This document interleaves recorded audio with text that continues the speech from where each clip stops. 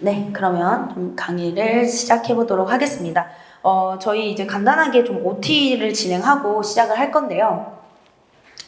네, 저희 이번 강의는 이제 중국 강의입니다. 그래서 상표법 기본 강의를 좀 수강했다라는 것을 전제로 중국 강의가 진행이 될 거고요. 8회차 동안에 굉장히 좀 타이트하게 진도가 나갈 예정이에요. 특히나 기본 강의 같은 경우는 뭐 16회차 동안에 나갔던 게 거의 진도가 반으로 줄어든다라고 생각을 해주시면 되겠고, 그만큼 좀 타이트한 기간 동안에 1회독을 한번 싹 돌린다라고 좀 생각을 해주시면 될 것 같습니다. 네, 그 안에서 이제 중국 강의라는 이름에 좀 맞게 저희가 이제 판례 내용들을 좀 볼 때 특히나 이 나머지 판례들보다도 5개년 내의 판례 같은 경우는 굉장히 좀 중요도가 높고요. 그러니까 출제 가능성도 높고, 특히나 2차 시험을 대비한다 라고 생각을 했을 때, 그러니까 1차 시험을 합격한 이후에 2차 시험을 여러분들이 또 준비를 하게 될 건데, 그때에는 특히나 5개년 내의 판례들은 거의 모든 사실관계와 모든 내용을 다 암기해야 될 정도로 굉장히 깊이 있게 공부를 해야 되거든요. 그런 취지에서 물론 기본 강의 때도 각각 판례 내용들에 대해서 좀 자세히 다뤘지만, 이번 중국 강의 때는 이제 모든 그 판례를 다 다루지는 못하더라도 5개년 내의 판례들을 조금 상세히 그 판례 취지와 내용을 같이 좀 원문을 보면서 진도가 나갈 예정이다라고 생각을 해주시면 될 것 같습니다. 네, 그래서 기본적으로 이 상표법 안에 전체적인 내용을 1회독을 하면서 간단하게 여러분들이 읽어보고 넘어갈 수 있는 부분들을 좀 생략하고 넘어갈 거예요. 네, 그렇기 때문에 그런 부분들은 당연히 이제 복습을 하면서 여러분들이 같이 체크해서 따라와 주셔야 되는 부분이다 라고 좀 생각을 해주시면 되겠습니다. 네, 그래서 좀 소개를 해드리면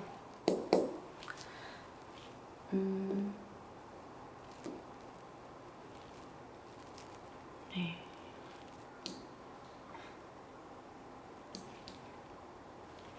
이 강의 자료가 이상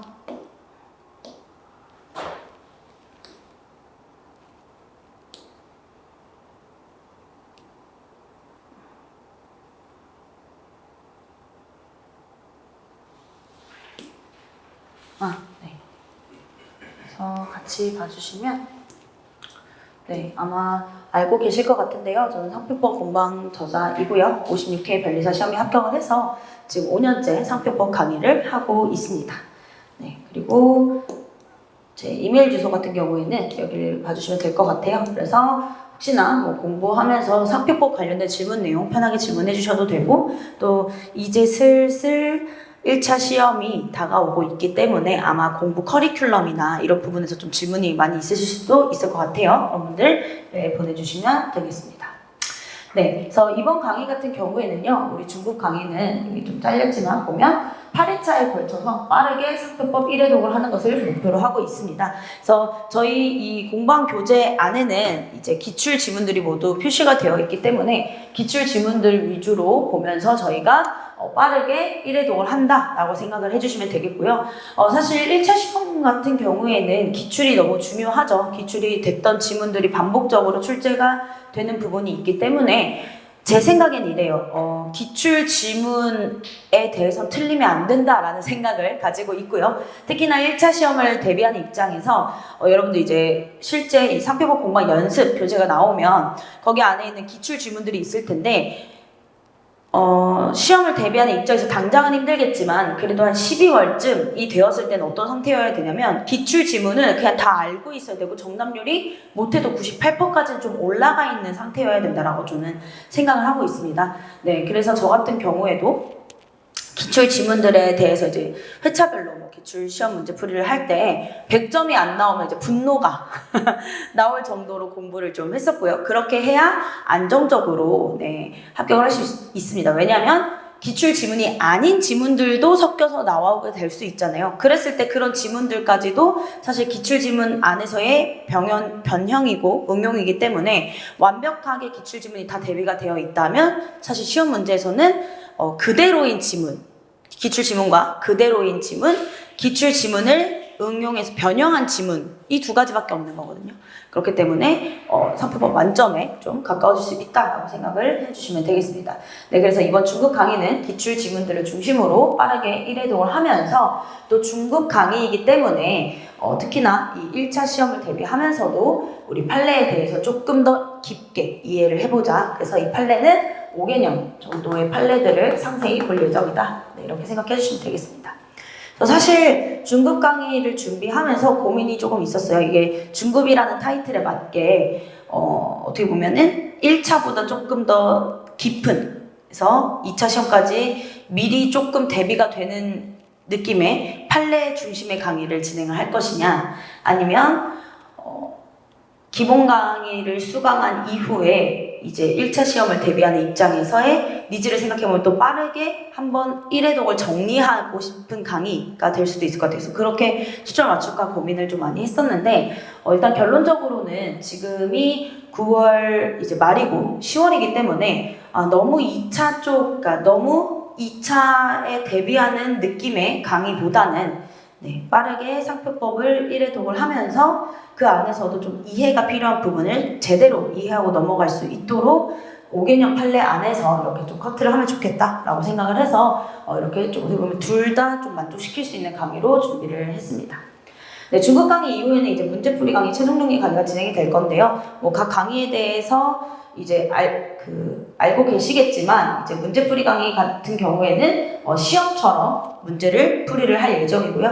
진도별, 전범위, 병렬 진행이 될 예정입니다. 이 부분은 공부 방법 얘기하면서도 제가 중간중간 아마 말씀을 드리게 될 건데, 이게 이 강의에서만 이렇게 진행된다고 이런 강의가 있구나 정도가 아니라, 개인적으로 이 강의를 수강하지 않더라도 공부를 할 때 마지막 단에는 이게 병행이 돼야 됩니다. 그래서 이 부분에 대해서도 좀 말씀을 드릴 수 있도록 할 거고요. 그래서 결국에는 최종 정리 강의까지 이어졌을 때 합격에 이뤄질 수 있도록 하는 게 이제 커리큘럼의 목표다라고 생각해 주시면 되겠고, 지금은 이 중급 강의 단계다라고 생각을 해주시면 되겠습니다. 네, 그래서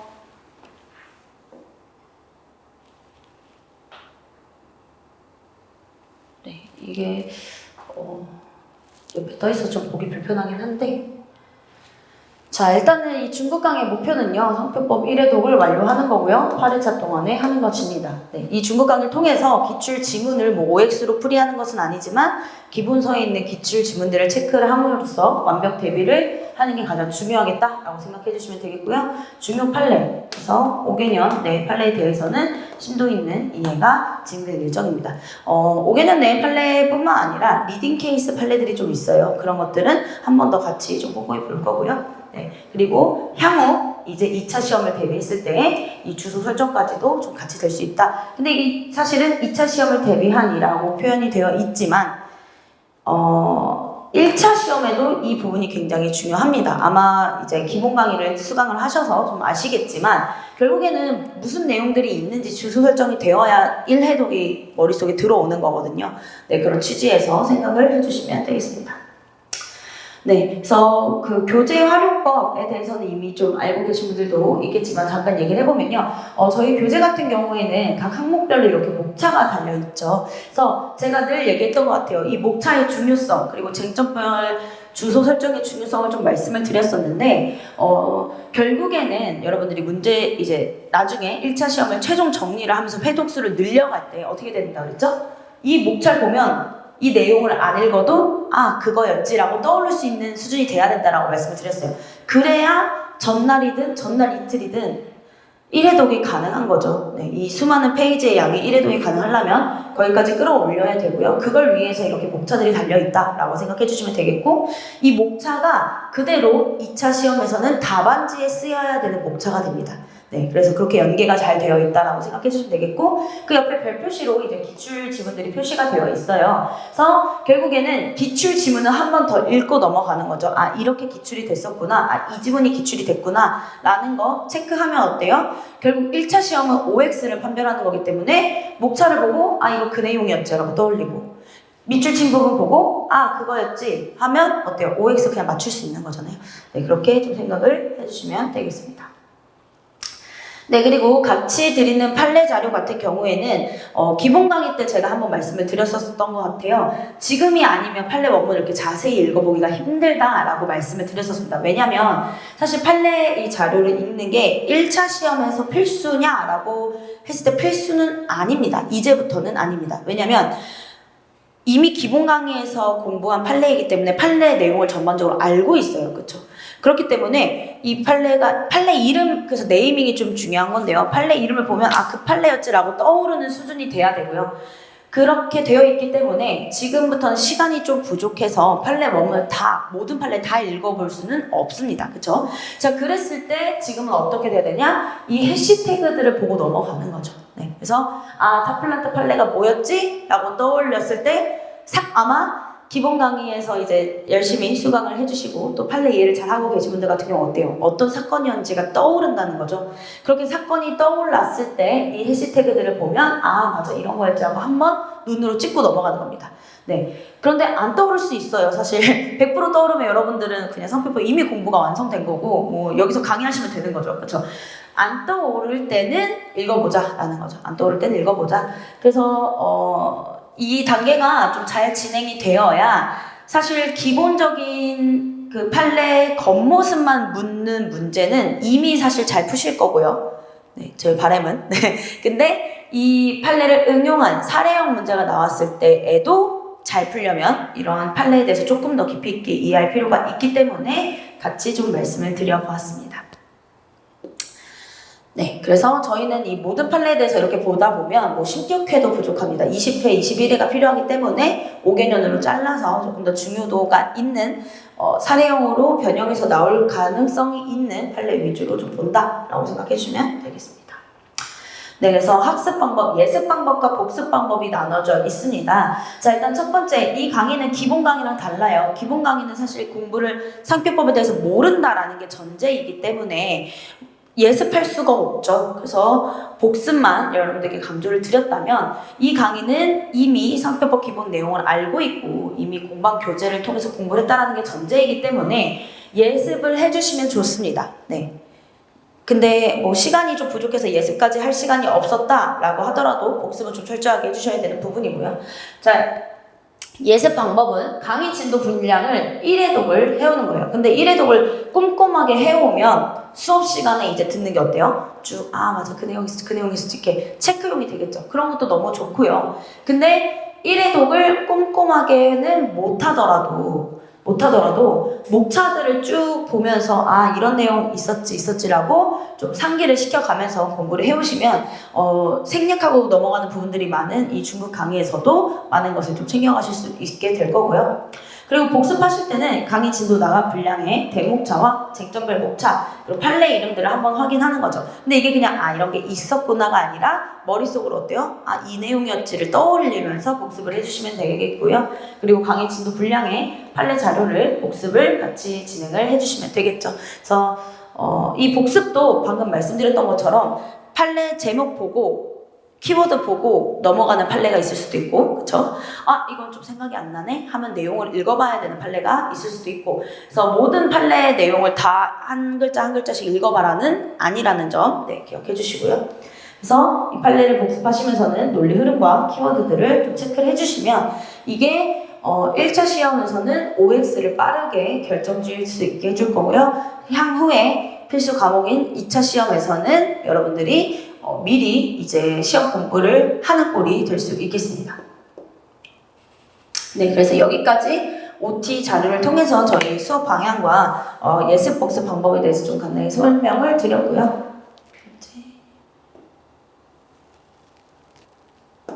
교재로 넘어와서 진행을 해보도록 하겠습니다.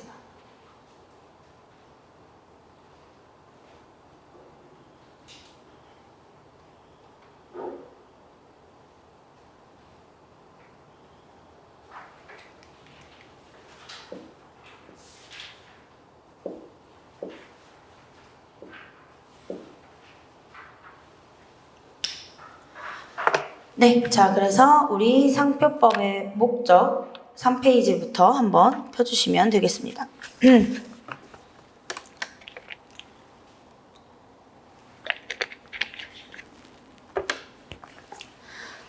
네, 상표법의 목적 너무 중요하죠. 그래서 기본 강의를 진행할 때에는 사실 이 부분에 대해서도 우리가 하나하나 어떤 의미인지, 이 상표법의 보호라는 게 어떤 것인지, 상표의 기능을 보호한다는 게 어떤 것인지 상세히 설명을 드렸으나 이거는 이제 앞으로 상표법을 시작할 때에 중요했던 부분이었지 사실 이제 시험 대비를 하는 입장에서는 기출이 된 바가 없습니다. 네, 그렇기 때문에 간단히 넘어갈 건데요.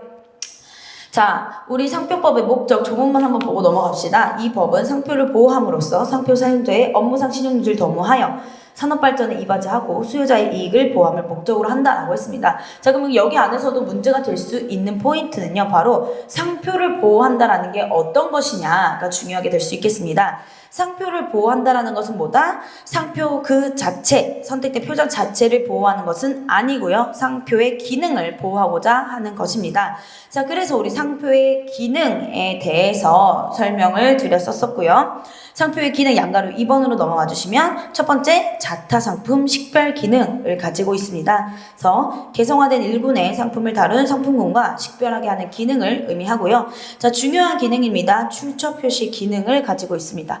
그래서 우리 상표는 동일한 상표의 상품은 동일한 출처에서 나온다는 것을 나타내는 기능을 가지고 있습니다. 네, 이때 여기서 말하는 출처는, 그래서 여기 부분이 중요하죠. 익명의 존재로서 동일하고 일관된 추상적 출처를 말한다라는 겁니다. 즉, 우리가 뭐 예를 들면 이 물로 봤을 때 스파클이라는 표장이 있어요. 그러면 이 스파클의 이 상표를 가진 물을 만드는 회사가 어디에 있고 어떤 회사인지 우리가 정확히 알지는 못합니다. 그쵸? 하지만 이 물에 스파클이라는 표장이 표시가 되어 있다라면, 아, 내가 전에 마셨던 그 물, 그 회사, 그 출처구나 라고 동일한 출처라는 것을 인식하게 된다는 거죠. 네, 이게 바로 출처 표시 기능이 되겠습니다.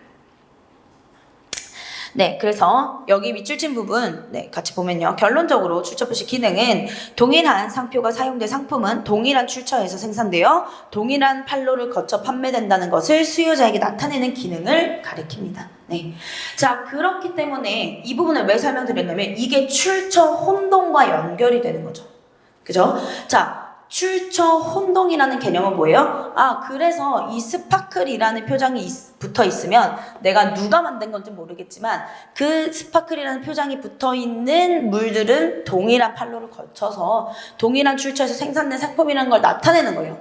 그렇게 수요자들이 표장을 보고 떠올리는 그 출처가 있다라는 거죠. 추상적 출처가 있다라는 겁니다. 그런데 실제 상품의 출처가 달라요, 만약. 그러면 이게 뭐의 발생이다? 출처 혼동의 발생이다라는 겁니다. 자, 그래서 출처 혼동의 발생이고, 그렇기 때문에 이 뭐 스파클이라는 표장을 변형해서 스피클이라는 표장이 있었다라고 했을 때, 이거 그 스파클인가? 라고 생각하게 한다면 이게 바로 출처 혼동이라는 거죠. 네, 그런 부분에서 굉장히 중요한 기능이다라고 생각을 해주시면 되겠고요. 품질 보증 기능, 광고 선정 기능까지 가지고 있습니다. 자, 그래서 이렇게 상표법의 목적은 상표의 기능을 보호하는 것이다 라는 것을 기억해 주시면서 상표법상 상표의 개념으로 넘어가도록 하겠습니다. 자, 상표법상 상표의 개념. 자, 상표란 무엇이냐? 조문 같이 봐주실게요. 상표란 자기의 상품과 타인의 상품을 식별하기 위해서 사용하는 표장을 말합니다. 이때 이 표장의 정의에는 제한이 있다 없다? 표장의 제한은 없다. 자, 그래서 핵심 부분입니다. 표현 방식의 구성이나 그 표현 방식에 상관없이 상품의 출처를 나타내기 위해서 사용하는 모든 표시를 의미한다라는 부분이 중요하겠습니다. 네, 자, 그래서 서설로 넘어와서 우리 상표의 정의, 표장의 정의 한번 봤고요. 상표의 구성 요건으로 넘어오면 결국에는 이 상표란 무엇이다? 자기의 상품과 타인의 상품을 식별하기 위해서 사용한다라는 겁니다. 그러면 여기서 궁금해져야죠. 상품이 뭐지? 라고 체크가 되게 되겠습니다. 자, 상표법상 상품의 정의 규정을 두고 있다? 두고 있지 않습니다. 그쵸? 이 부분이 중요한 부분이고요. 그렇기 때문에 상표법 조문에서 정의 규정을 두고 있지 않아서 우리 상품의 정의를 어디서 하고 있다? 판례에서 해주고 있다라는 겁니다. 자, 우리 판례에서는요, 상품의 정의를 어떻게 보고 있냐면요, 방가로 1번, 그 자체가 교환 가치를 가지고 독립된 상거래의 목적물이 되는 물품을 의미합니다. 네. 그래서 결국에 우리 상품이란, 혹시 글씨 보이시나요? 네. 어차피 교재에도 있으니까. 네.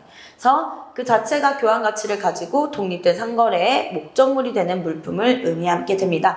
자, 근데 사실 우리 이 개념 당연히 지금 이해하고 계실 거고요. 이 지문이 나오면 안 틀릴 거예요. 그럼 틀리게 되는 지문은 어디다? 여기죠. 여기를 암기를 해주셔야 되겠습니다. 자, 그러면 우리 이러한 교환 가치를 가진 독립된 상거래의 목적물이 되는 물품으로 보지 않는 예시들을 기억을 해주셔야 OX 문제를 풀이하실 수 있겠습니다. 자, 무채물, 운반이 불가능한 부동산, 반복거래 불가능한 골동품, 예술품, 그리고 판매가 이제 금되어 금제품에 대해서는 상품이 아니다라고 볼 수 있고요. 네. 단, 상품에 해당한다면 이 상품의 성질은 상표 등록에 장애가 되지 않습니다. 네, 그래서 그 부분을 기억해 주시면 되겠습니다. 자, 그러면 상표법에서 상품이 맞냐 아니냐에 대한 판단 같이 볼게요.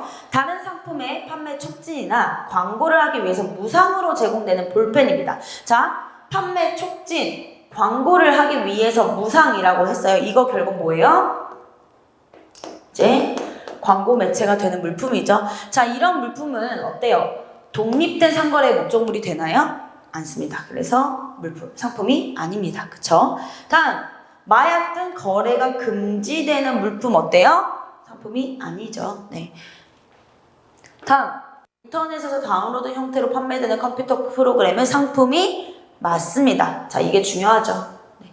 그래서 어떻게 보면 무형이기는 하지만 어떻다? 이 자체가 교환 가치를 가진 독립된 상거래의 목적물이 되고 있습니다. 판매가 되고 있죠. 특히나 뭐 구독 형태의 서비스의 경우에도 다 우리 돈을 내고 구독료를 지불하고 서비스를 이용받고 있습니다. 자, 그렇기 때문에 판매가 되고 있고요. 상표법에서 상품에 해당합니다. 자, 이 부분 왜 이렇게 강조를 드리냐면요. 최근 개정법에서 어때요? 이 상표의 사용의 유형으로서 남목을 개정하면서 어떻게 됐다?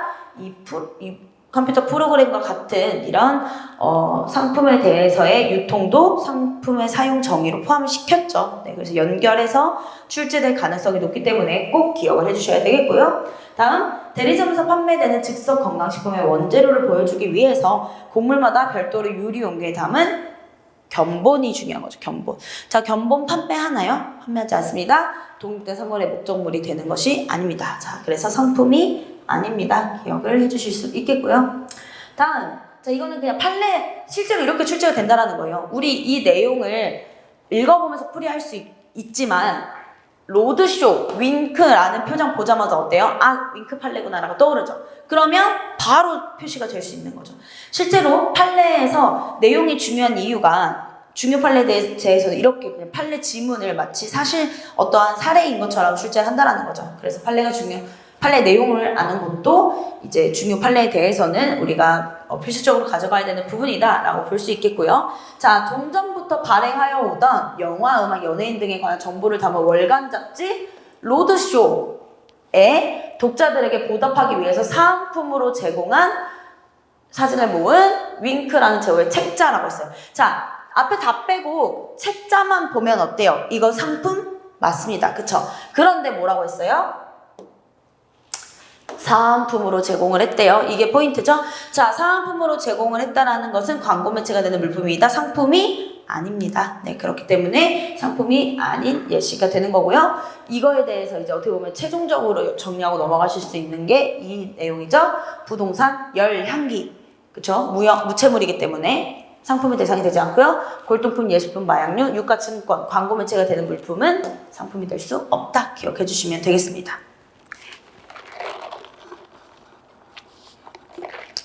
자, 이런 상품의 개념 안에는요, 서비스의 개념이 함께 포함이 되고 있습니다. 네, 그래서 잘 아시겠지만 2016년 개정법에서는 서비스표라는 게 사라졌어요. 그래서 여러분들 조금 더 과거의 판례를 보다 보면 서비스표라는 표현이 굉장히 많이 등장을 하거든요. 자, 그 이유가 2016년 전에는요, 상표, 서비스표로 구분이 되어 있었는데 이제는 상표라는 표현으로 통합이 되게 됐습니다. 그래서 상품의 범위 안에 서비스가 들어왔어요. 자, 그러면 상품에 적용되던 것들이 서비스에는 어떻게 적용되는지, 아무래도 서비스는 무형이기 때문에 차이점이 있을 수밖에 없다라는 거고요. 그런 부분이 포인트로 기억을 해주셔야 되는 부분입니다. 자, 서비스의 개념 봐주시면요. 독립하여 상거래 대상이 돼야 됩니다. 이거는 어때요? 유형의 상품과 동일하죠. 그리고 타인의 이익을 위해 제공되는 노무 또는 용역을 의미합니다. 이게 중요한 부분이죠. 타인의 이익을 위하여 제공이 되어야 합니다. 그러니까 서비스인 거죠. 예를 들면 제가 요즘에 이런 청소 도움 서비스 같은 거 많이 있죠. 그래서 제가 비용을 지불하면 저희 집을 청소를 해주는 그런 서비스들 뭐 굉장히 많이 있습니다. 근데 제가 저희 집 청소를 열심히 해요. 그러고 나는 어떻게 보면 뭐 청소 제공 서비스를 하고 있는 거다라고 볼 수 있나요? 없습니다. 왜? 타인의 이익을 위한 게 아닌 거죠. 그럼 제가 타인의 이익을 위하여 노무 또는 용역을 제공하려면 어때요? 청소 업체를 운영하면서 남의 집, 그쵸? 타인의 이익을 위해서 타인의 집을 청소를 해주면서 비용을 지불받았을 때 바로 서비스에 포함이 되는 겁니다. 자, 그래서 심사 기준에서는요, 서비스의 제공이 독립하여 상거래 대상이 돼야 되고, 타인의 이익을 위해서 제공되어야 하고요, 판매에 부수하는 물품 또는 서비스의 제공이 아니어야 한다. 어떻게? 기본 서비스의 제공이나 상품 판매에 부수하는 물품 또는 서비스의 제공이 아니어야 된다. 이게 결론적으로는 뭐예요? 광고 매체가 되는 물품에 대응되는 개념인 거죠. 네. 그래서 그렇게 진행이 되고 있습니다. 자, 심사 기준의 내용은요, 대부분이 이렇게 생각해 주시면 됩니다. 심사 기준은 뭐 사실 출제 포인트가 아닙니다 라고 얘기를 하지만 심사 기준의 내용 자체가 판례를 가지고 심사 기준을 정리하는 거거든요. 상표는 특히나 아직 법이 좀 계속해서 살아있는 법이다라고 표현을 하는 게 판례가 계속해서 법리를 이제 어떻게 보면 쌓아가고 있어요. 그렇기 때문에 판례가 나온 것들을 심사 기준에 계속 반영을 하고 있습니다. 자, 그래서 심사 기준의 내용이 어때요? 판례 내용과 대응이 되고 있죠. 네, 그래서 뭐 심사 기준이 판례랑 똑같네가 아니라 판례 때문에 심사 기준이 맞춰서 바뀌는 거다라고 생각해 주시면 되겠고, 자, 판례에서는요, 서비스의 영위에 대해서 정의를 해줬습니다. 독립하여 상거래 대상이 되는 서비스를 타인의 이익을 위해서 제공하는 것을 업으로 영위한다는 의미다.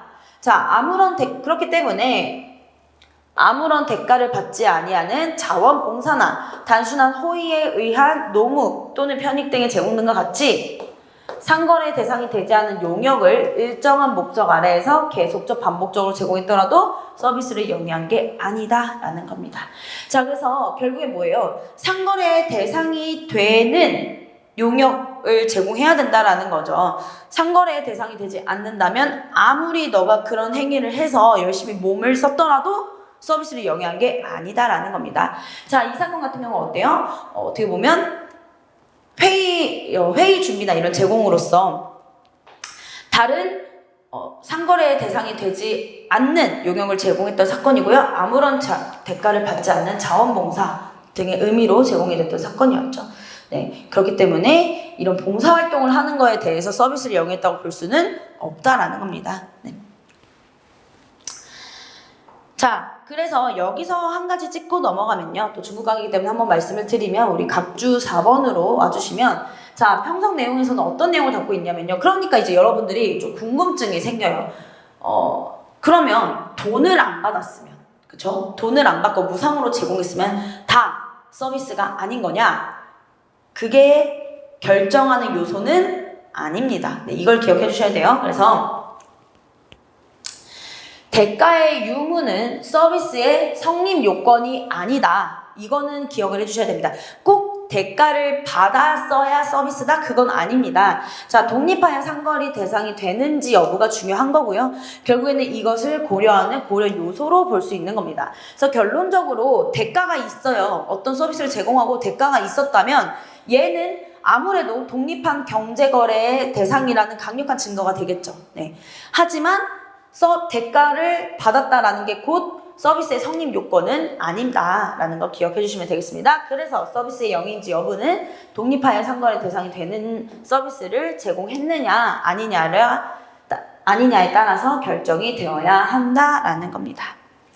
자, 이러한 상품의 해당하지 않는 경우에는요, 결국에는 정의규정 위반에 해당이 될 수 있겠습니다. 네, 그래서 상표법상 이 상품의 개념에 대해서 한번 체크를 해보았고요. 나머지 이러한 상품에 대해서 우리 상표 뭐다? 식별하기 위하여 사용하는 표장이다라는 거고요. 이 내용들의 각각에 대해서는 우리 뒤에서 더 자세히 공부가 될 것이기 때문에 넘어가도록 하겠습니다. 그래서 이러한 상표의 정의규정 위반 시 상표법상 취급 어떻게 된다? 등록 전에는 거정이, 등록 후에는 무효 사유에 해당하게 된다. 자, 그러면 이제부터 본격적인 중요 부분들 나옵니다. 상표의 사용으로 넘어가도록 하겠습니다. 자, 그래서 상표라는 것은 자기의 상품과 타인의 상품을 식별하기 위해서 사용하는 표정이라고 해요. 자, 이때 이 상표의 사용이 도대체 무엇이냐? 상표를 사용한다라는 것은 무엇이냐? 굉장히 중요한 개념이죠. 우리 특허와는 다르게 결국에는 상표라는 건 어때요? 사용이 되었을 때 상표의 기능이 발휘돼요. 그렇죠? 특허는 그러한 특허 제품을 뭐 만드는 것 자체만으로, 발명의 그 자체만으로도 가치가 있고요. 네. 근데 상표는 어때요? 그 상표를 내가 표정을 딱 선택했다라는 걸로 가치가 생기지는, 물론 가치가 인정이 될 수는 있겠지만 우리 상표법에서는 인정해주지는 않습니다. 이 상표의 가치의 훼손은 언제 일어난다? 상표를 사용할 때 발생하는 것이다. 그렇기 때문에 상표의 사용이 우리 등록 요건에서도, 향후의 침해에서도, 심판 소송에서도 너무너무 중요하게 계속해서 등장하는 개념으로 잡혀 있습니다. 자, 그러면 이러한 상표를 사용한다라는 것의 내용이 무엇이냐? 이 법에서 사용하는 용어의 뜻은 다음과 같다. 자, 상표의 사용이란 용어는 어떻게 해석이 되느냐? 다음 과목의 어느 하나에 해당하는 행위를 말합니다. 자, 그래서 과목, 나목, 다목 있고요. 우리 상표법에서는 표시행위, 그리고 유통행위, 그리고 광고행위를 정의를 하고 있습니다. 즉, 상표를 사용했다라고 볼 때에 우리 상표의 사용에서 개념이 두 가지로 등장을 하죠. 상표의 사용은 결국 형식적,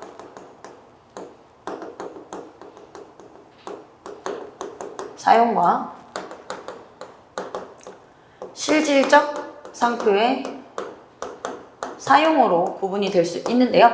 자, 형식적 상표에 사용에 해당하는 게 되는 게 뭐예요? 바로 이 정의규정에서 말하는 상표의 사용에 해당하게 되는 경우입니다. 그래서 상표를 내가 상품에 표시를 했어요. 이 표시된 상품을 유통했어요. 또는 이 상품에 대해서 광고행위를 했어요. 자, 그랬을 때 상표를 사용했다라고 볼 수 있는 게 바로 형식적 상표의 사용이고요. 자, 그런데 우리 상표의 사용에서는 형식적 상표의 사용도 중요하지만 실질적으로 상표를 사용했다라고 볼 것인지 라는 부분에서 판례들이 인정하고 있습니다. 실질적 상표의 사용이라는 개념을 두고 있죠. 자, 이 실질적 상표의 사용 개념 뭐였죠?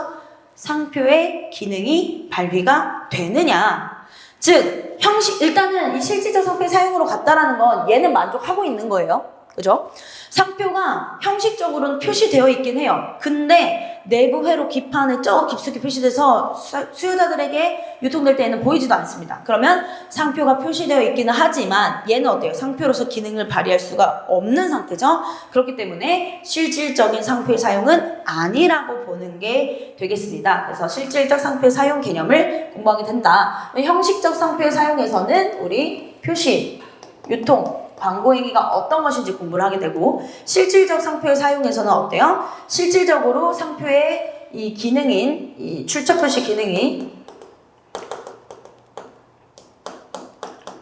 아예 발휘되지 않는 케이스들, 또는 기능이 발휘는 되지만 기능이 발휘되는 대상 상품이 문제되는 케이스. 즉, A라는 상품에 상표가 표시되어 있기는 하지만 얘가 이 상표가 표시된 상품에 대한 기능 발휘가 아닌 경우, 대표적인 거로 뭐예요?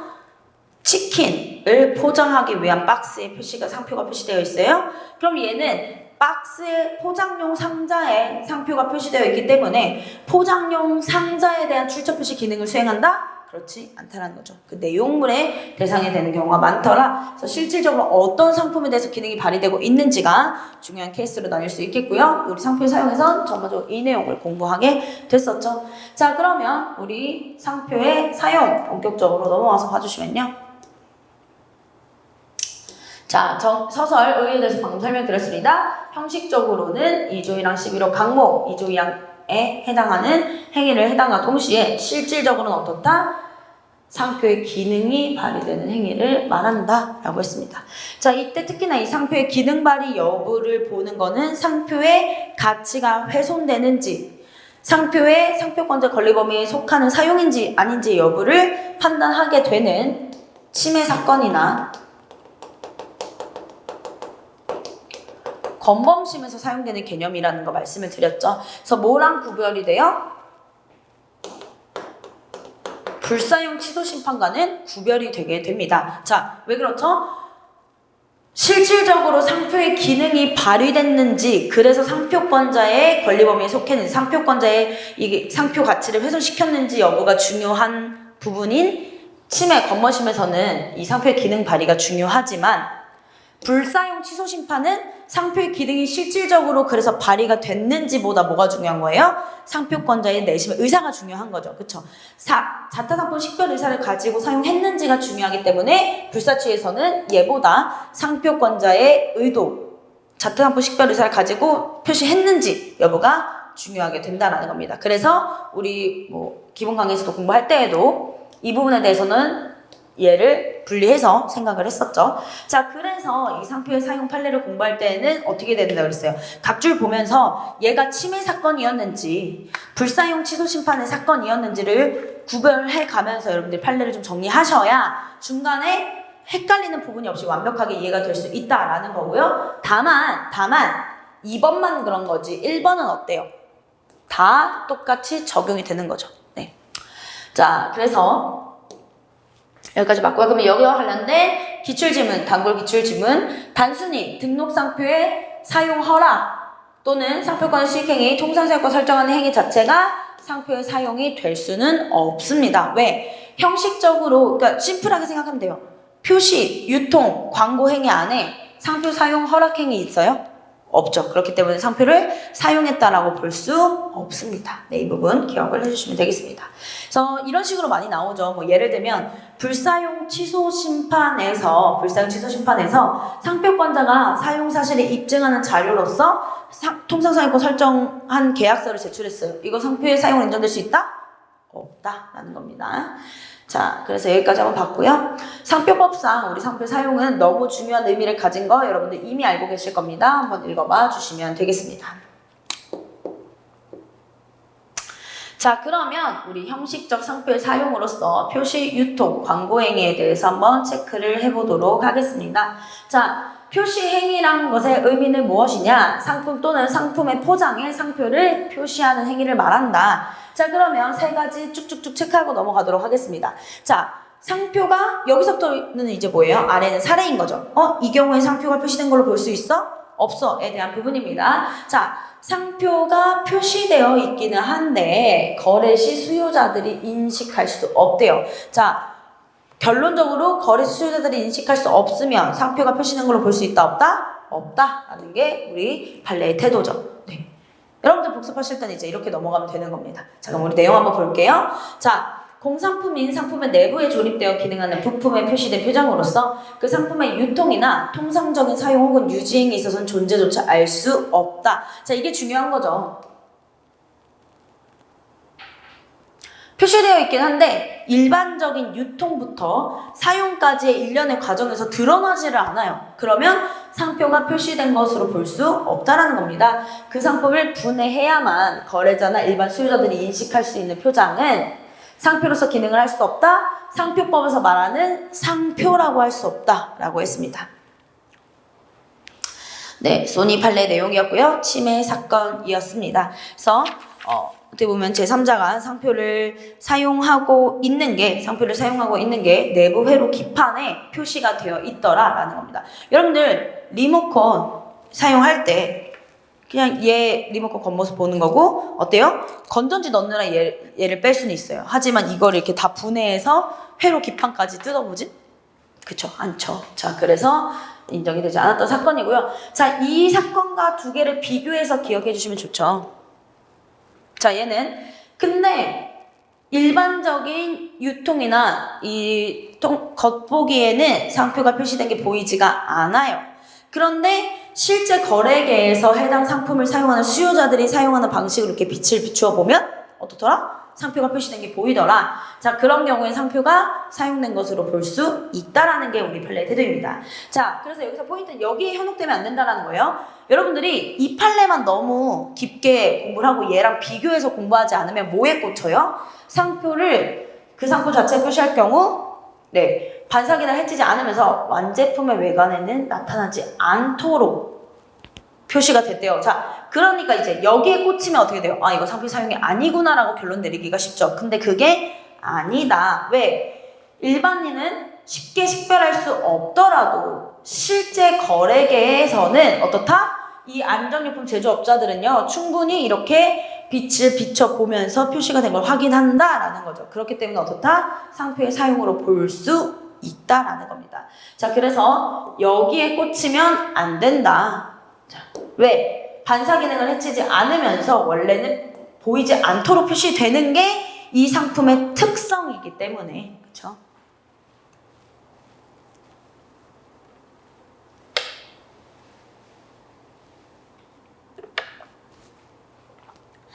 자, 다음 사례.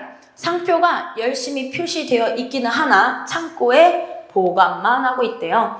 자, 창고에 이렇게 보관을 하는 행위, 이걸 구별하셔야 되죠. 상표를 표시한 행위는 상표의 사용이 맞아요. 그쵸? 근데 표시한 이후에 보관을 하는 행위는 상표 사용이 아닙니다. 자, 여기서 여러분들이 많이 틀리는 포인트가 뭐냐면요. 판매를 목적으로 보관했다라는 것에 갑자기 꽂히기 시작해요. 얘가 그냥 단순히 만들어서 그냥 개인 소유한 게 보관하고 있던 게 아니라 판매를 목적으로 보관했다라고 하면 뭔가 상표를 사용한 것 같아요. 그쵸? 그럴싸합니다. 근데 그게 아니라는 거죠. 표시를 했으면 표시한 이후에 끝이에요. 그쵸? 딱 표시 행위를 했다 그러면 그 표시하는 행위를 하는 건 상표 사용이 맞지만 거기서 종료된 것 뿐이다. 그 이후에 보관만 한 것은 판매를 목적으로 보관하고 있다고 하더라도 다 상표의 사용으로 볼 수 없다라는 게 우리 판례의 태도였고요. 지속되거나 새로운 표시 행위가 발생한 것을 볼 수 없다. 즉 표시를 한 이후로부터 쭉 표시 행위가 유지되고 있다고 보는 것은 아니다. 자, 이 사건은 왜 이런 게 중요했겠어요? 바로 불사용 취소 심판이었기 때문에 중요한 겁니다. 불사용 취소 심판 우리 잠깐 복습해보면 심판 청구일 기준으로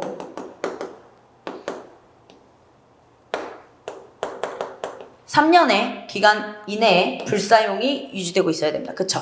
자, 그랬을 때 예를 들면 상표를 표시한 행위가 예를 들어서 이쯤에 일어났어요.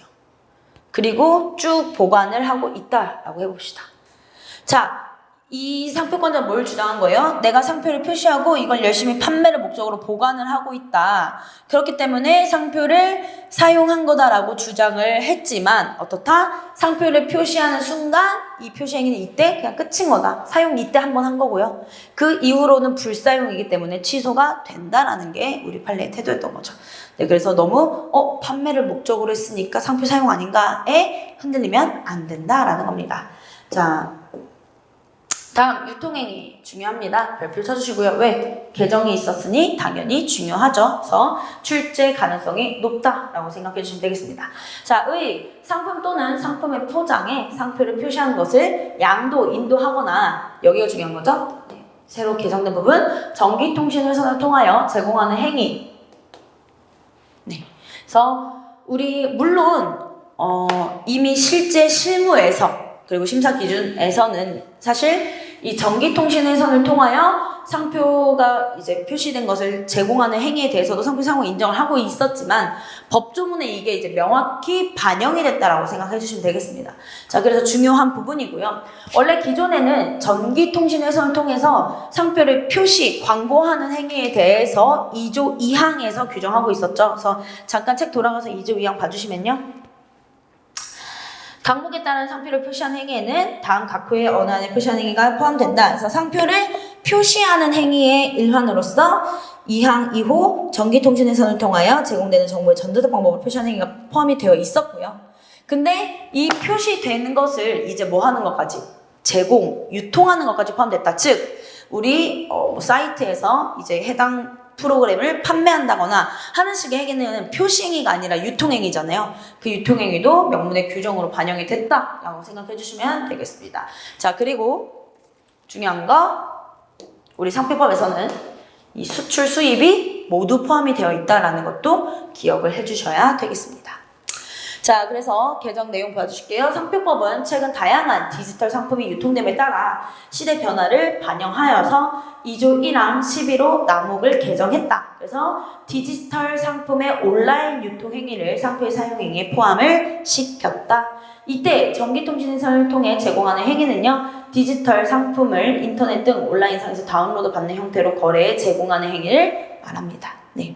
그래서 뭐 가장 간단하게 여러분들 뭐 책, 전자책 같은 거 구매해서 이제 다운로드하는 그런 행위들이 모두 포함이 될 수 있겠고요. 또는 뭐 디지털 파일 같은 거 뭐 이렇게 다운로드 받는 것들. 그래서 예시로 적어드린 부분 한번 체크하고 넘어가면 이 디지털 상품의 온라인 유통 행위에는요, 문서 작성 프로그램의 뭐 구독, 앱스토어에서 어플리케이션을 제공하는 것, 전자책 등 디지털 파일을 전송하는 행위 등이 전부 다 포함이 됩니다. 왜? 얘네들은 사실 표시 행위는 아니죠.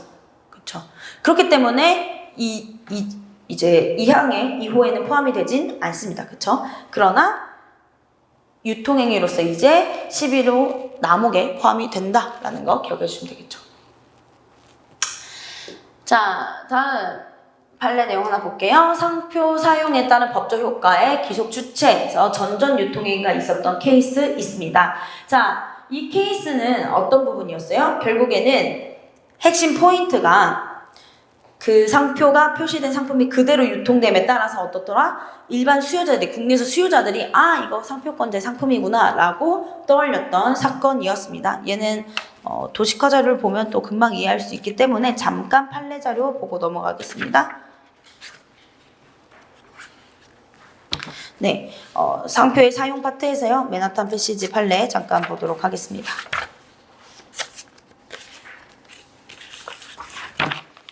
네, 판례 자료 6페이지고요. 자, 얘는 취소 심판이 문제가 됐던 사건이었어요. 그러니까 얘가 중요한 거죠. 누가 사용했는지가 중요한 이유가 왜? 취소 심판이기 때문에 상표권자 또는 사용권자 등이 사용을 해야 됐었던 사건인 거죠. 그래서 이런 사용 태양이 있는 걸 보고 이걸 누가 사용한 것으로 볼 것이냐가 중요했던 사건입니다. 그러니까 이런 결론을 내려준 거죠. 상표권자가 쓴 거다라는 결론이 중요했던 부분이었고요. 잠깐 사용 태양 봐주시면, 자, 여기서 포인트, 상표권자는 국내에서 유통행위를 한 적이 없어요. 그쵸? 상표권자가 직접 표시 유통 광고 행위를 한 바 없었고요. 사용권자들도 그런 행위를 한 바가 없습니다. 자, 여기까지 보면 이 상표는 취소가 돼야 돼요. 그쵸? 자, 그런데 어떤 사용 태양이 있었냐면요. 상표권자가 해외에서는 역시 열심히 상품을 팔았다는 겁니다. 자, 여기서 하나 복습하고 넘어가면 우리 상표권자가 해외에서 열심히 상표를 사용했어요. 그렇다고 해서 국내 상표 등록의 취소를 막을 수 있나요? 아니죠. 그쵸?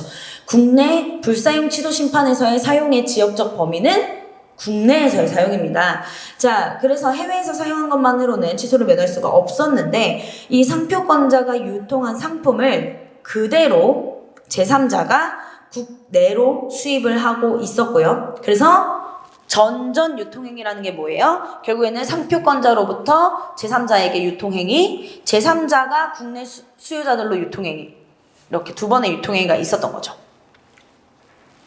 자, 그런데 이 제3자가 어떻게 상표를 사용했냐면요. 사용태양의 1번, 2번 체크 포인트 봐주시면 갑이 등록 상표를 표시한 그대로 유통을 했습니다. 즉, 상표권자가 해외에서 상표를 표시했던 것을 그대로 국내에 유통을 했고요. 두 번째, 국내 수요자에게 이 갑의 업무에 관련된 상품이라고 인식하도록 표시했다는 거죠. 그렇죠? 즉, 국내 수요자들에게도 아, 이거 그 갑 거구나. 물론 여기서 말하는 그 값의 거구나에 대한 생각은 뭐예요? 그 특정 값을 인지했다라는 게 아니라 그 동일한 출처구나라고 인식하게 사용을 했다라는 거죠. 자, 그랬을 때에는 이 국내에서 이렇게 유통되고 있는 상품의 사용의 주체를 을로 볼 거냐 값으로 볼 거냐가 문제가 된 거고요. 누구로 볼 거다? 값으로 볼 거다라는 게 우리의 판례 태도입니다. 그래서 정리하고 넘어갈게요. 상표권자가 외국에서 자신의 등록상표를 상품에 표시하였을 뿐 우리나라에서 직접 또는 대리인을 통하여 등록상표를 표시한 상품을 양도, 광고 표시한 바가 없더라도 이러면 원래 여기까지 보면 뭐예요? 취소돼야 되는데 어떻게? 그 상품이 제3자에 의하여 우리나라로 수입되어 상표권자가 등록상표를 표시한 그대로 유통됨에 따라서 포인트 1 사회 통념상 국내 거래자나 수요자에게 그 상표를 표시한 상표권자와 관련된 상품을 표시하는 것으로 인식되었다. 수요자들에게도 상표권자의 업무에 관련된 상품이구나라고 인식이 됐다라면 그건 뭐다? 국내에서 상표권자가 사용한 것으로 보아야 할 것이다. 취소를 면할 수 있다라는 겁니다. 자, 여기서 하나 팁. 상표권자가 아니라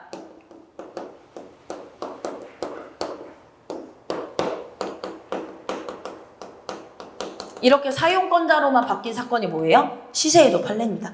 그래서 이 시세이도 판례는 119조이랑 3호 쪽에 기재가 되어 있기는 하지만 동일한 취지의 판례다라고 기억을 해주시면 되겠고요. 여기서 하나 플러스 할 수 있는 게 우리 또 공부를 하겠지만 20호의 사건도 있었죠.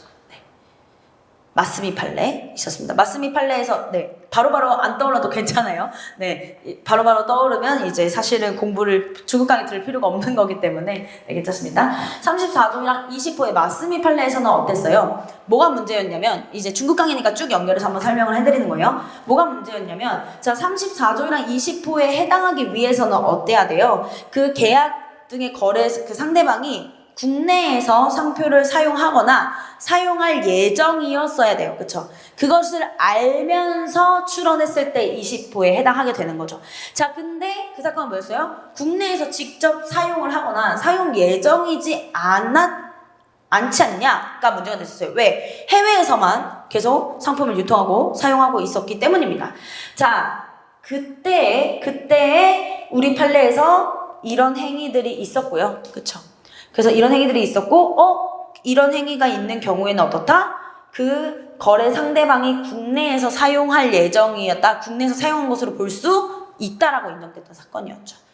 그래서 20호 할 때 다시 한번 연결해서 기억할 수 있겠습니다. 자, 왜냐면 우리가 모든 개별 내용을 이렇게 다 분리해서 암기하면, 물론 암기 천재가 되면 분리해서 그냥 다 하나하나 따로 외워도 괜찮아요. 근데 우린 그렇지 않은 경우가 일반적이죠. 그렇기 때문에 연결에 실타래를 묶어놔야 머리에서 휘발되지 않고 기억이 남는 겁니다. 그래서 얘는 마스미 판례를 함께 체크를 해야겠다라고 생각을 해주시면 되겠고요.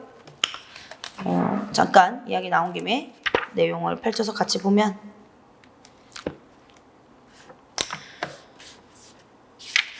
페이지 132페이지 봐주시면요. 기본서의 132페이지입니다.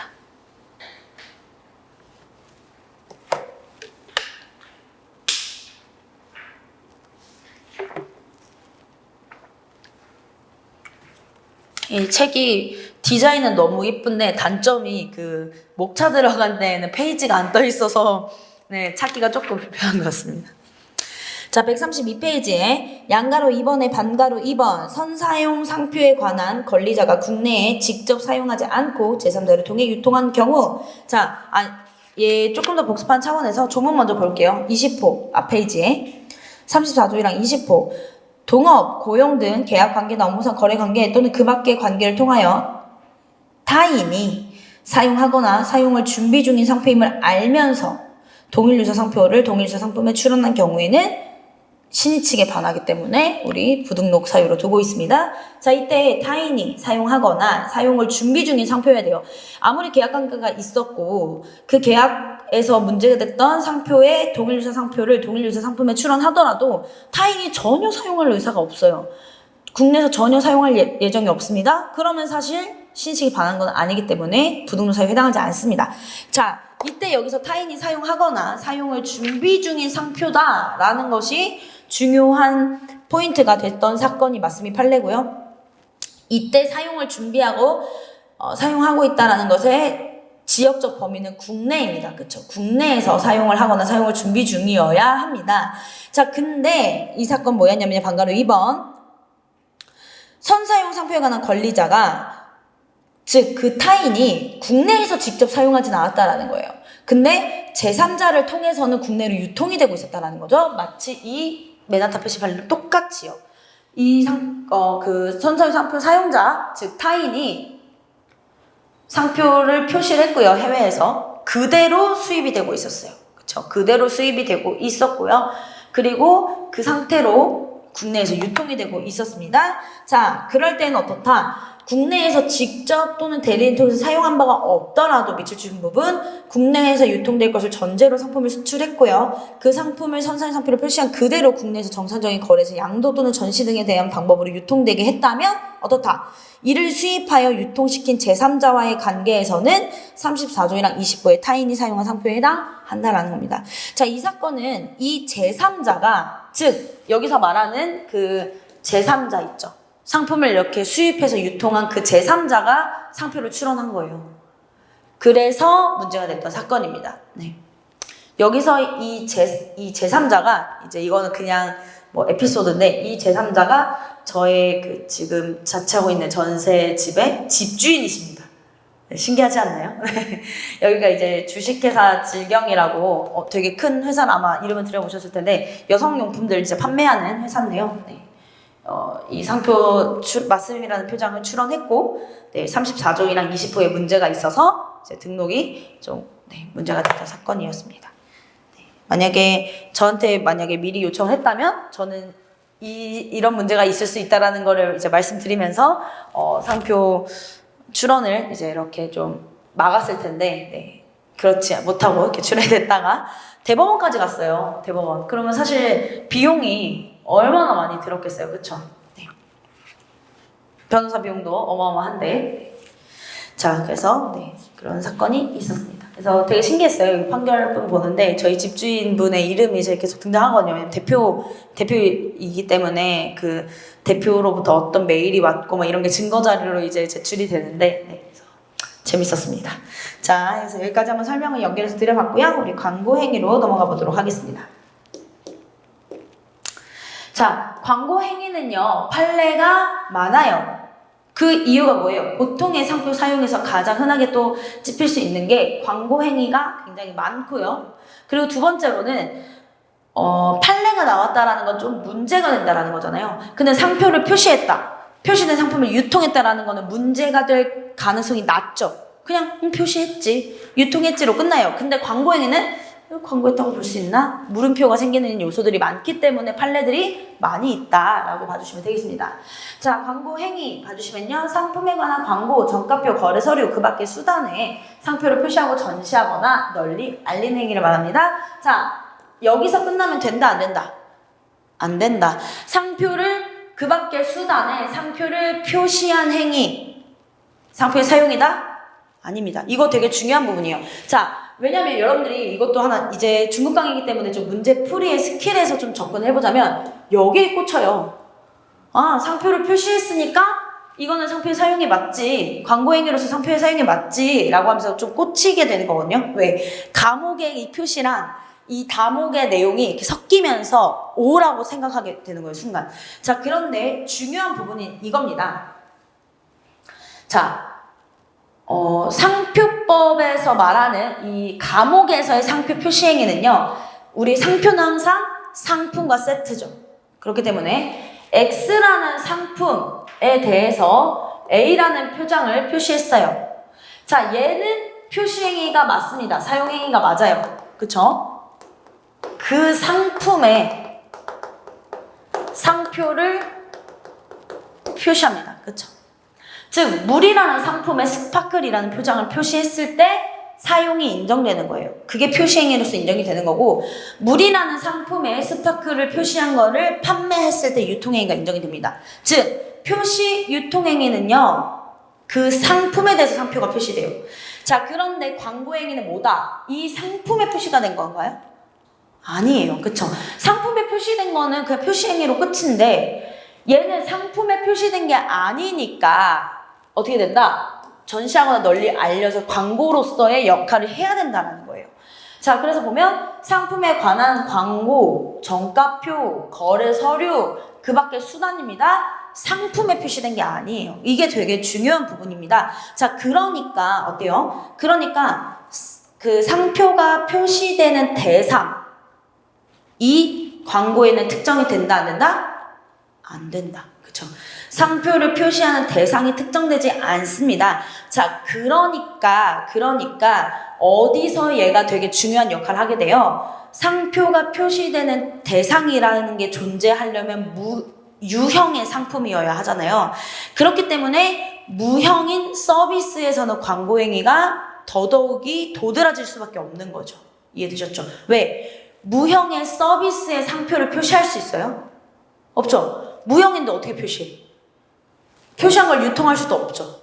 대신에 광고는 이 상표가 표시되는 대상이 특정되지 않기 때문에 활발하게 할 수 있는 거죠. 네. 자, 그래서 이거 포인트입니다. 전시하거나 널리 알려야 됩니다. 이게 중요한 거고요. 특히 왜 이걸 찝어드리냐면 최근에 판례 중에 컨투어 코일이라는 판례가 있습니다. 이거 같이 볼 건데, 컨투어 코일 판례에서 뭐가 문제된 거예요? 전시하거나 널리 알리는 것에 대한 개념이 문제가 됐던 겁니다. 이걸 전시하거나 널리 알렸다고 볼 수 있어? 가 문제가 됐던 사건이었다는 거 기억하면서 우리 내용 볼게요. 자, 첫 번째, 광고의 내용 및 형식. 자, 광고에는요, 뭐 신문, 잡지든 팸플릿이든 카탈로그든 전단지든 달력이든 간판이든 뭐든 상관없이 시각적으로 인식할 수 있는 것이 다 포함이 된다. 그 밖의 수단 다 포함이 된다. 자, 그 내용, 광고의 내용이나 형식에 관하여는요, 특별히 규정한 바가 없습니다. 그래서 상품에 관한 정보를 일반 소비자에게 시각적으로 알리는 정도의 그림이나 그리면 광고로서 요건이 충족하게 되는 거다. 상품명이나 제조원이 같이 표시되어야 하는 것은 아니다. 네, 제한이 없다라는 거죠. 대신에 광고의 내용이나 형식엔 제한은 없지만 그 상품에 대한 광고여야 되죠. 그렇죠? 상품명이나 제조원이 표시가 될 필요가 없다라고 하는 것이지, 광고의 의미 자체는 그 상품에 대한 광고여야 돼요. 이해되셨죠? 자, 이때 단골입니다. 그 거래 서류의 범위 굉장히 중요하죠. 네. 자, 여기서 문제화가 되는 건 항상 얘예요. 얘만 암기해두면 그래도 좀 문제풀이 가능합니다. 수입 신고서는 거래 서류에 포함이 되지 않는다. 이거 체크하고 넘어가면 되죠. 네. 왜? 나머지는 너무 많거든요. 명함의 이면이든 거래 명세서에 상표를 표시한 것이든 다 포함이 됩니다만, 수입 신고서는 거래 당사자 간에 교부되는 서류가 아니기 때문에 상표를 표시했더라도 상표의 사용으로 볼 수 없습니다. 자, 여기서부터는 이제 판례의 내용이고요. 상품의 광고 행위에 대한 행위로 인정이 되냐 안 되냐의 OX를 한번 체크해보면 되는 거죠. 자, 첫 번째, 검색 결과 화면을 통한 광고 행위도 포함이 되는지 여부. 자, 포함이 되죠. 왜? 검색 결과 화면도 시각적으로 인식할 수 있는 대상이고요. 광고 행위에 해당이 됩니다. 그래서 상표 사용에 해당된다라는 게 포인트고요. 키워드 광고 행위에서 또 문제가 같이 됐었던 사건입니다.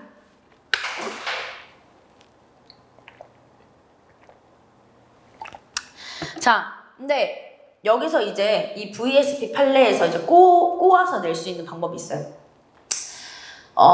이렇게 검색 결과 화면에 상표가 표시되었는데 이 링크를 눌렀던 홈페이지로 들어가니 전혀 상표가 표시되지 않는다. 이 경우에도 상표 사용으로 볼 수 있느냐라고 물어봐요. 만약. 그러면은 상표의 사용이 맞다, 아니다. 그래서 이제 어떤 점이 헷갈리게 되느냐? 필톡스 판례랑 연결이 되면서 키워드 광고 행위랑 연결이 되면서 이제 헷갈리기 시작합니다. 자, 이 부분에 대해서 우리 한번 정리를 하면서 넘어가 볼게요. VSP 판례 내용까지 볼 건 아니고 8페이지 잠깐 봐주시면요. 자, 이 키워드 광고를 통한 광고 행위에 대해서는요 3단계의 프로세스로 분류를 해야 됩니다. 그래서 잠깐 보면 자, 첫 번째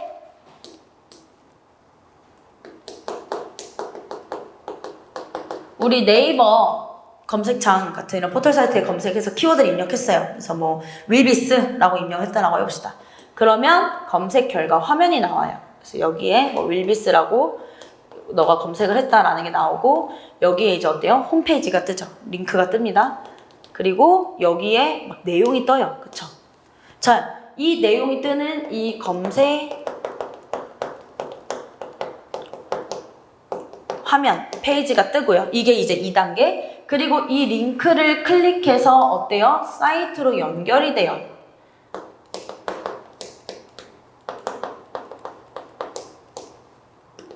그래서 홈페이지 이동. 이렇게 3단계가 있게 됩니다. 자, 이 내용을 같이 정리할 수 있는 건 이제 VSP 판례와 필터스 판례를 한번 비교를 하면서 같이 정리를 하고 개념을 잠깐, 판례 내용을 잠깐 볼 거예요. 자,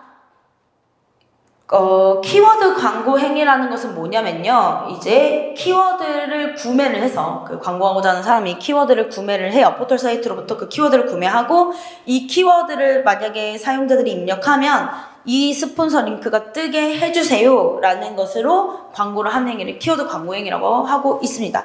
자, 사실 얘는 이런 키워드 광고 행위 자체만 놓고 보면은 어때요? 얘를 상표를 사용한 것이라도 볼 수는 없습니다. 그쵸?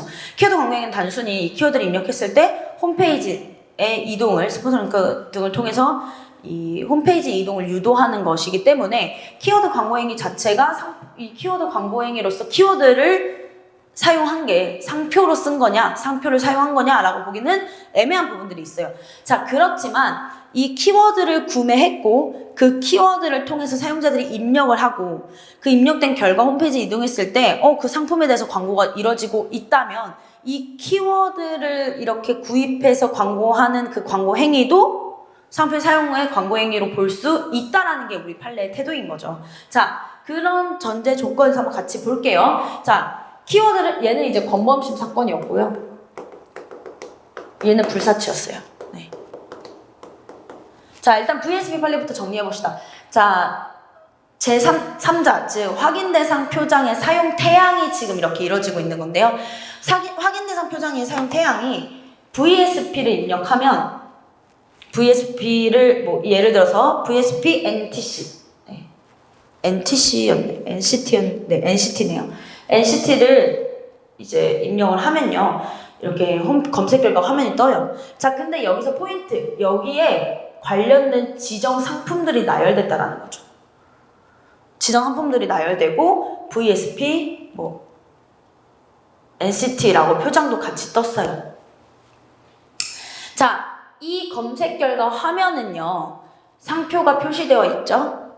그리고 관련된 지정 상품이 표시됨으로써 이 상품에 대한 상표구나라고 어때요? 인식할 수 있게 되면서 검색 결과 화면이 전시하고 널리 알려지게 되죠.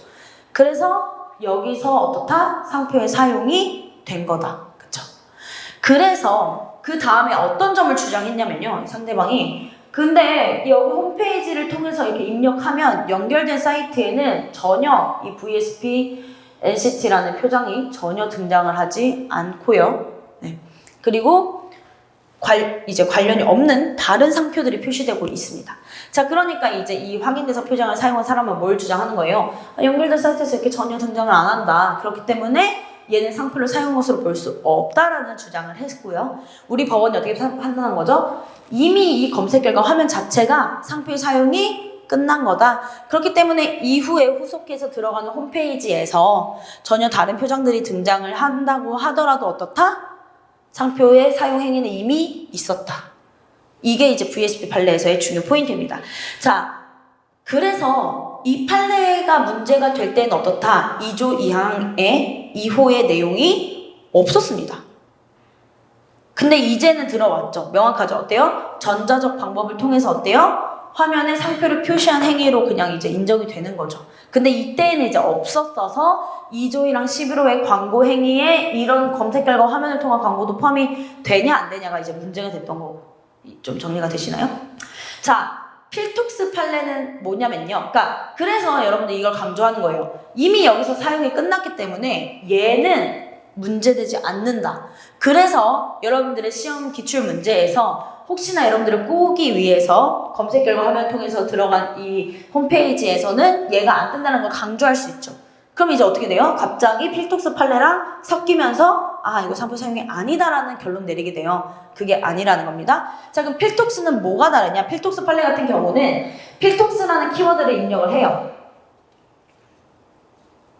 그러니까 얘는 불사치 사건이고 특허원 단계에서 끝이 났던 사건인데 불사용 취소 심판이니까 상표권자가 자기가 상표를 사용했던 여러 사용 사실의 입증 서류를 제출하잖아요. 그 중에 하나가 이런 키워드 광고 행위의 태양이었던 거예요. 그래서 이런 사용 태양도 상표 사용이 맞다라고 인정을 했던 케이스고 필톡스라는 표장을 키워드를 구매했고요. 얘가 이제 등록 상표입니다. 그래서 필톡스를 구매를 해서 키워드를 구매해서 입력하면 이제 필톡스를 입력하겠죠. 예를 들어서 필톡스 입력하면 여기에 막 지정 상품과 연관해서 상표가 표시되는 건 아니에요. 근데 홈페이지를 스포서 링크 홈페이지가 뜨고요. 얘를 입력해서 들어가면 관련된 지정 상품들의 광고 행위가 있었다는 겁니다. 뭐 예를 들어서 이 사건 가지고 성형외과였는데 성형외과와 관련된 사이트가 뜨면서 뭐 관련해서 이제 여러 가지 뭐 필러 시술이나 이런 게 뜬다라는 거죠. 그럼 결국에 어떻게 되는 거예요? 이 연결된 홈페이지까지 봤을 때 이미 여기서 사용이 끝난 게 아니죠. 그쵸? 필톡스라는 표장이 사용되지 않았고 얘를 통해서 들어갔던 이 사이트가 상품에 대한 광고를 하고 있어요. 그러면 또 딱 그때 키워드 광고로서 상표가 사용이 된 걸로 볼 수 있다라는 거죠. 그래서 우리 이 판례에서 어떻게 해석이 되고 있느냐? 연결된 사이트에서 관련된 지정 상품에 대한 광고가 전혀 없다면 그때 얘는 어떻게 되는 거예요? 상품 생각받고 다른 상표가 사용되고 오히려 사용되고 있다면 얘는 키워드 광고에 의해서 상표를 사용해서 볼 수 없게 되는 거죠. 그래서 필톡스 판례와 VSP 판례 조금 비교를 하실 필요가 있고 그래서 저는 이렇게 표현을 하기도 합니다. 찐 키워드 광고 행위의 사용 태양이 문제였던 사건은 뭐예요? 필톡스인 거죠. 필톡스. 그쵸? 왜? VSP는 사실은 키워드 광고 행위라는 내용이 등장하기는 하지만 결국에 그냥 검색 결과 화면에 대한 사용으로 인정했던 사건이기 때문에 네. 그래서 혹시나 하여 이렇게 좀 자세히 설명을 드려봤고요. 자, 근데 여기서 이제 그러면 이게 문제가 되죠.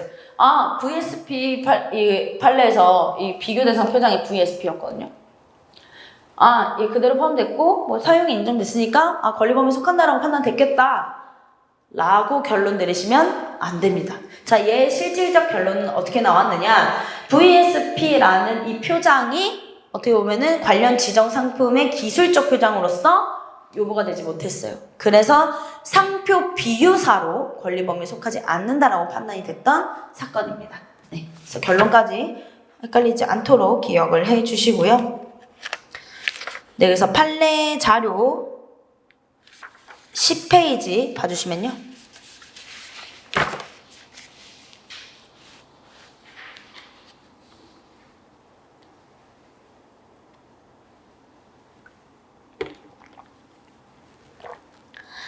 자,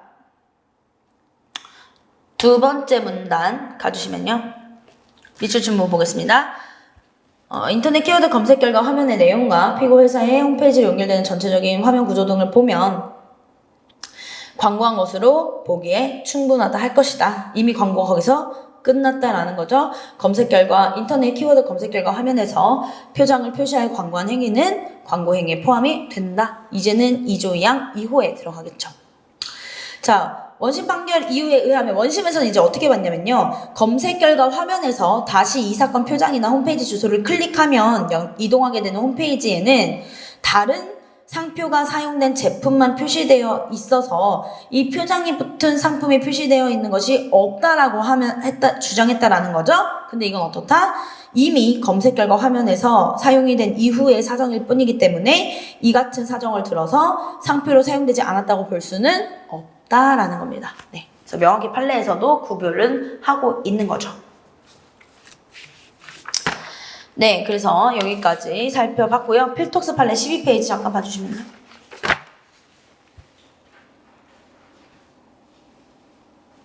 네, 그래서 등록 상표는 필톡스 그리고 영문 필톡스가 결합이 되어 있는 거였고요. 사용 상표는 이제 한글 필톡스만 사용하고 있었습니다. 자, 이거 문제되지 않죠? 그쵸? 물론 둘 다 요구이지만 1 요구를 생략해서 사용한 케이스지만 어떻다? 한글 음역과 영문의 결합이기 때문에 일부만 사용하더라도 상표의 사용으로 인정이 되고 있죠. 자, 얘는 컨티넨탈 판례를 기억해 주시면 될 것 같고요. 사용 태양 봐주시면 키워드를 입력해요. 필톡스 입력하면 검색 결과 화면이 뜹니다. 자, 잘 보이진 않지만 여기서는 이제 스폰서 링크들이 뜨고 있어요. 자, 그래서 클릭해서 들어가면 뭐 필러와 보톡스를 한 번에 하면서 웹페이지 화면에서도 연결해서 이렇게 관련된 상품을 광고하고 있다는 거죠. 자, 그렇게 됐을 때는 어떻다? 키워드 광고 행위로서 상표를 사용했다고 볼 수 있다라는 것이 우리 판례의 태도입니다.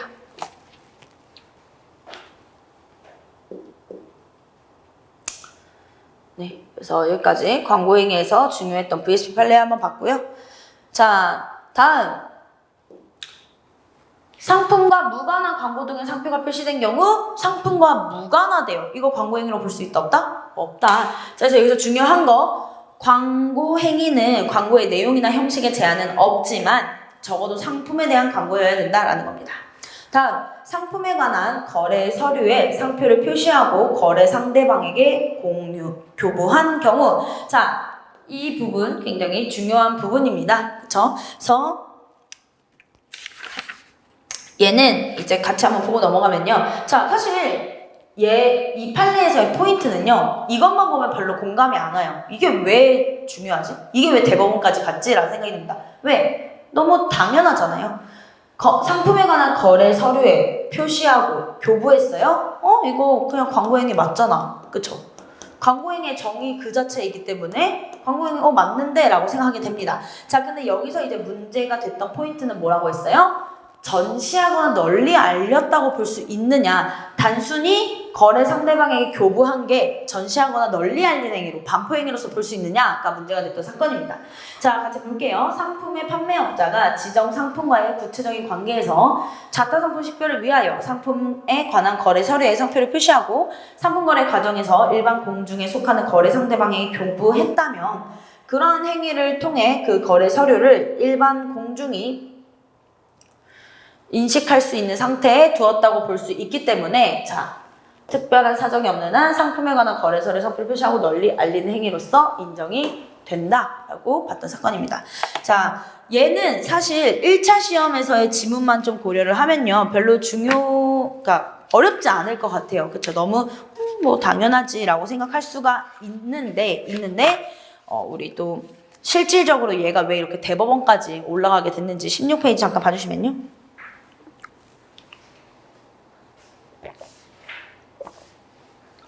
네, 판례자료 16페이지입니다. 불사용 취소가 문제가 됐던 사건이고요. 등록 상표는 컨투어 코일이었고, 그래서 실제로 좀 뭐 대기업 같은 그런 상표 출원 비용에 전혀 부담이 없는 그런 경우에는요, 한글 따로, 영문 따로 이렇게 상표를 출원해서 좀 등록을 받는데요. 또 그렇지 않은 경우에는 이렇게 한글과 영문을 결합해서 상표 출원해서 등록받는 게 좀 일반적으로 사용이 많이 되고 있습니다. 등록 상표 또한 이렇게 등록을 받았고, 보시면 이렇게 사용 태양에 보면 홈페이지에서 이렇게 어떻게 보면 그 상품 판매에 대한 광고를 위해서 컨투어 콜이라는 표정이 이렇게 인증, 품질 보증 사용으로서 이렇게 표시가 되어 있었고요. 화살표 부분이 좀 나와 있죠.